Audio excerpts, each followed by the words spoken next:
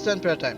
Today, we are in newly opened BJP Office of Kokrajhar district where CM of Assam Dr. Himanta Biswa Sarma himself inaugurated the office. 16 তাৰিখে micro' ফাইনেন্সৰ ঋণ ৰেহাই, নৱেম্বৰত scooty, 2 lakh ল'ৰা ছোৱালীক 2 লাখ টকাৰ loan, 40 lakh আত্মসহায়ক গোটৰ সদস্যাক 10,000 টকা আৰু লগত আৰু 22,000 চাকৰি।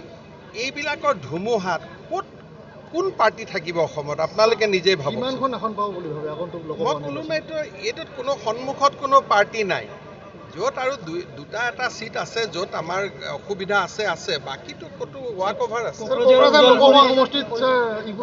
কোকৰাঝাৰ লোকসভা সমষ্টি এজিপিক আমি এটা সিট দিব লাগিব বা দুটা সিট দিব লাগিব, UPPLক আমি এটা সিট দিব লাগিব, আমি নিজে 8টা 9টা সিট প্ৰতিদ্বন্দ্বিতা কৰিব লাগিব। গতিকে যেনেকৈ ভগাই যোগাইতো খাব লাগিব না, অকলেতো তাকে কৈছোঁ, সকলোৱে মিলি আমি ভগাই যোগাই আমি চলিব লাগিব। আমি অকলে নচলোঁ।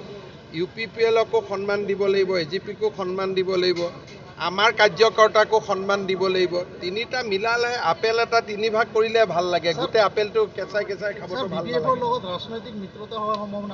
BPFৰ লগত আজিৰ দিনত ৰাজনীতিৰ কথা আমি পাতা নাই। তেওঁলোক আমাৰ লগত বিধায়িনী দলত আছে আৰু বৰ্তমান মই ভাবোঁ যে UPPLৰ ভাল চৰকাৰ এখন চলি আছে। গতিকে এতিয়া আৰু এই কথাবিলাকৰ কোনো কথা নাই। কিন্তু মোৰ স্বভাৱ হ'ল যে মই কাৰো লগতে বেয়া হৈ থাকিব নোখোজোঁ, চবৰ লগতে ভাল হৈ থাকিব।